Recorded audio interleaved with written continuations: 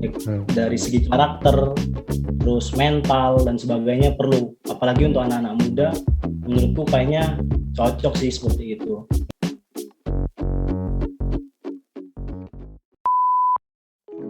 Hello everyone, welcome to Yung Podcast episode keempat bersama saya Malvin. Dan semoga semua listeners Yung kita dimanapun kalian berada dalam keadaan yang sehat ya. Amin. Hari ini tamu kita berada di lokasi yang memiliki zona waktu 2 jam lebih cepat dari saya di Surabaya. Lebih tepatnya dia berada di kota Ambon. Langsung saja kita sambut Yosua. Halo Yos. Halo Kak. Halo, say hi dulu dong Yos ke listeners Yungpot kita. Halo para pendengar Yungpot. Asik. Oke. Nah, by the way Yos, kamu kan saat ini bekerja di Ambon. Sudah hampir 1 tahun lah kalau nggak salah ya. Ya, per Juni ini 1 tahun. Oh, per Juni, oke. Dan minggu lalu itu kamu, setauku, kamu baru saja divaksin gitu ya, Yos ya, di kota Ambon. Nah, boleh cerita sedikit nggak Yos, pengalamanmu divaksin itu seperti apa? Pengalaman divaksin pastinya yang pertama sih nggak terasa apa-apa sih buat aku. Tapi aku mau cerita dari sebelumnya, maksudnya di sini untuk vaksin itu dari COVID itu sendiri kayak tidak dipercaya gitulah. Bahkan untuk pada saat vaksinasi itu banyak orang sini khususnya kayak tidak mau lah, nggak perlu divaksin dan sebagainya, tidak penting. Tapi kalau aku rasa itu ya suatu keharusan untuk menghadapi pandemi ini kan. Nah, puji syukur bisa dapat kesempatan untuk divaksin lebih dulu dari masyarakat umum, dan pengalamannya sih untuk aku sendiri sih nggak ada sih Kak, maksudnya gejala-gejala yang kayak isu-isu yang ada di internet atau di berita sana, kayak puji Tuhan aku nggak ada. Tapi teman-teman kantor lain pada mungkin demam, ada gejalanya. Tapi aku sendiri puji Tuhan nggak ada. Oke. Ya, dan sampai saat ini sih fine-fine aja, nggak ada gejala-gejala yang buruk bagi kesehatan, nggak ada sih. Nah, jadi ceritamu ini mungkin bisa jadi informasi juga buat kita yang nantinya mungkin akan divaksin nih, mungkin beberapa bulan lagi nih gitu kan. Nah, Yos, kamu kan saat ini bekerja di kota Ambon nih, dan setauku kamu ini, kota Ambon ini bukan kota, artinya kamu sejak kecil itu sudah berpindah-pindah kota lah. Nah, kota Ambon ini kota keberapa nih Yos, by the way nih? Kalau untuk tinggal menetap itu ini mungkin keempat ya, Medan, terus dulu pernah di Kalimantan di Sintang, terus Surabaya, kemudian di sinilah di Ambon ini untuk bekerja. Berarti yang keempat ya, dan sejauh ini yang paling lama di Surabaya berarti ya? Paling lama di Surabaya, dari SMP sampai sempat bekerja juga kan di sana, lulus kuliah kerja. Berarti kamu sudah masing-masing kota itu kan mewakili pulau yang berbeda ya di Indonesia gitu ya? Iya sih. Iya kan, nah ya berarti kan artinya kamu sudah diberikan kesempatan tinggal di beberapa kota di Indonesia, dan itu menurutku itu suatu privilege ya bagi kamu, karena kamu bisa merasakan sendiri keberagaman Indonesia gitu kan. Dan nggak semua orang tuh punya kesempatan kayak kamu gitu kan, bisa langsung merasakan itu. Nah, yang aku pengen tahu itu hal apa yang kamu dapat, yang bisa kamu ambil gitu kan dari pengalamanmu tinggal di 4 kota yang sebelumnya itu, Yos. Yang paling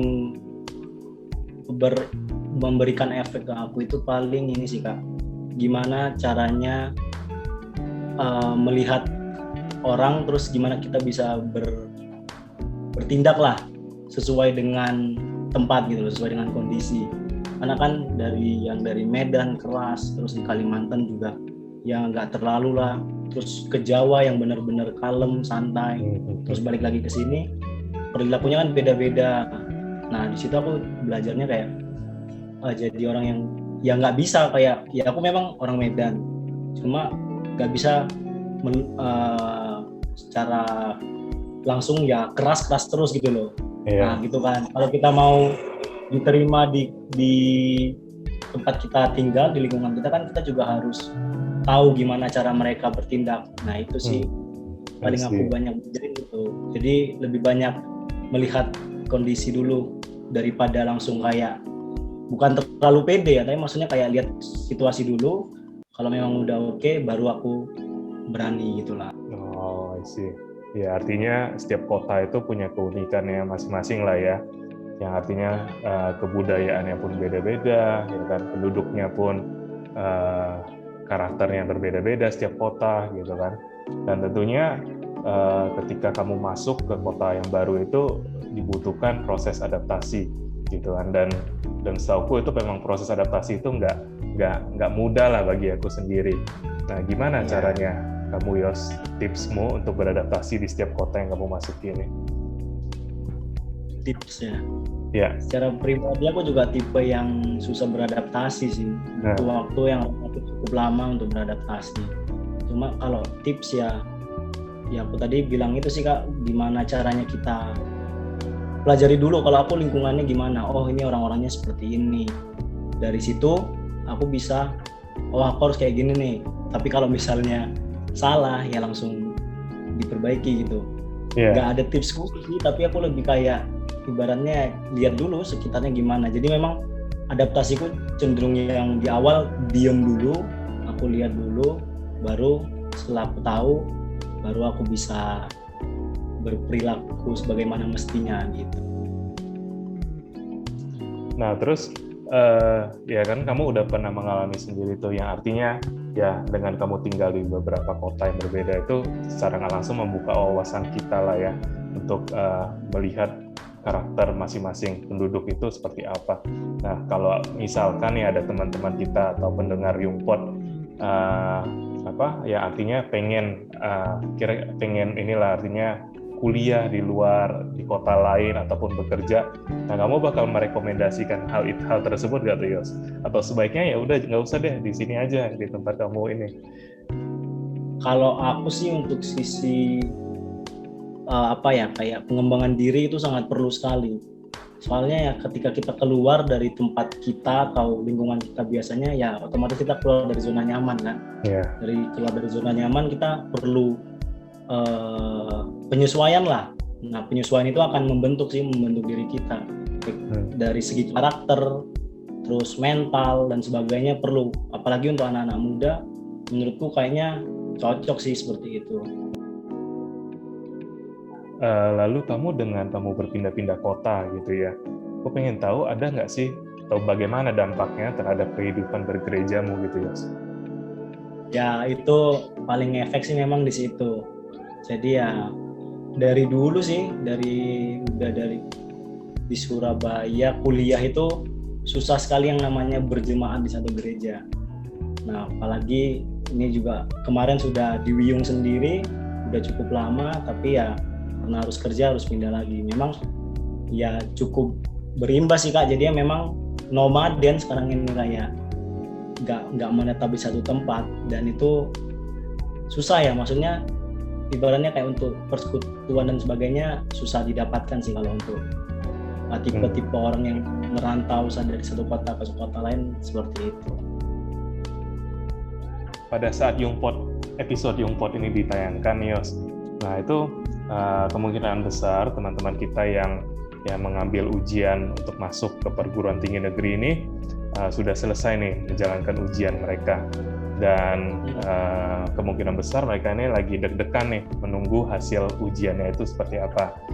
Kamu ini kan sebagai salah satu alumni perguruan tinggi negeri Yos, ada pesan nggak yang pengen kamu bagikan kepada mereka nih? Pesannya sih, kalau memang kan sekarang udah selesai ujian ya kalau nggak salah ya Kak ya. Ya. Kalau udah selesai ujian ya pesannya ya berserah aja sih ya. Bagaimana kecuali kalau misalnya masih dalam proses seleksi atau ujian, yang pasti ya disiapkan dengan baik lah. Maksudnya aku juga dulu seperti itu gitu kan. Kalaupun memang belum waktunya di SBM yang seleksi bersama, ya mungkin bisa dicek juga gelombang yang berikutnya. Kayak seperti aku juga gelombang bukan SBM kok, mandiri. Cuma ya puji Tuhan lolos di situ. Nah, terus kalau yang aku mau share mungkin terkait persiapan sih, kayak mungkin di aku dulu pernah selain SBM CPNS itu aku persiapin berbulan-bulan sebelumnya memang. Jadi karena memang mau, ya harus ada motivasi dan niat untuk berbuat lebih seperti itu. Dan yang pasti ya tetap berdoa kan, berserah. Kalau memang usahanya maksimal ya pasti akan dibukakan jalan gitu. Oke, kita udah masuk ke segmen terakhir nih, Yos. Nama segmen ini adalah segmen pengakuan dosa. Sedis. Tapi nggak seserem nama segmennya sih gitu ya. Nah, di segmen ini kamu diberikan kesempatan untuk menyampaikan diberikan kesempatan untuk mengakui satu dosamu yang kira-kira pengen banget kamu perbaiki gitu ya. Dan dia nggak mesti sesuatu yang inilah ya, artinya memang hal-hal yang pengen kamu udah sadari saat ini, aku kurang di sini, aku pengen perbaiki itu gitu sih, Yos. Sudah kepikiran belum, Yos? Apa ya?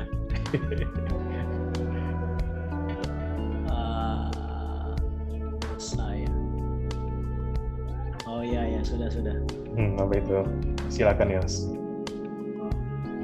Mungkin dosa ini sih kayak karena hubungan pribadi dengan Tuhan yang kurang itu, jadi kayak dosanya ya lebih ego sama lebih menganggap aku bisa gitu, mengandalkan diri sendiri gitu Pak. I see.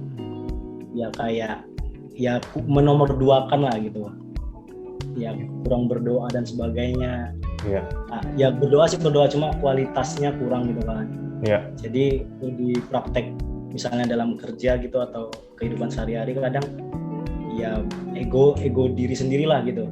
Aku bisa gitu loh, kayak terus kayak juga ya walaupun ada anggapan kayak ya kalau aku berdoa pun belum tentu baik gitu loh. Kayak gitu hal-hal yang seperti itu sih yang belakangan ini sering aku alami seperti itu. Dan juga ya kadang-kadang ketika kita mungkin dalam contoh kamu bekerja gitu ya, ketika kita udah berhasil menyelesaikan satu project gitu kan, nah kepercayaan diri kita kan meningkat tuh, wah untuk project kedua ini pasti berhasil lah gitu. Nah jadinya kita kayak agak sedikit ini gitu, anggap remeh ya, sedikit kayak dengan kekuatan kita aja udah bisa kok gitu kan. Nah benar, itu yang apa kayak bisa kok gitu loh, sampai sekarang aja pelan-pelan aja gitu loh. Tapi lama-kelamaan karena udah terbiasa kayak udah ya nggak bagus kan, tapi kan itulah. Teman-teman yang mendengarkan gitu ya, listeners Youngpod kita sudah mendengarkan sendiri, artinya pengakuan dosa yang disampaikan oleh Yosua.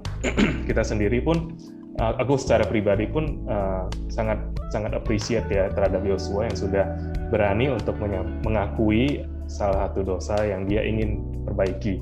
Nah, kita pun yang mendengarkan juga jangan kita jatuhnya menjudge dia atau nyinyirin Yosua gitu ya, tapi kita pun melalui setelah kita mendengarkan ini pun kita bisa bantu untuk support dia ataupun kita mengingatkan dia untuk selalu selalu ingat ya untuk berdoa dan jangan mengandalkan diri sendiri gitu. Kita bisa bantu ingatkan dia dan kita bisa bantu doakan dia supaya dia juga dapat berproses menjadi orang yang lebih baik gitu ya. Oke, sip, mantap. Oke, Yos, thank you Yos sudah bersedia diundang untuk berbagi cerita di Youngpod episode keempat ini.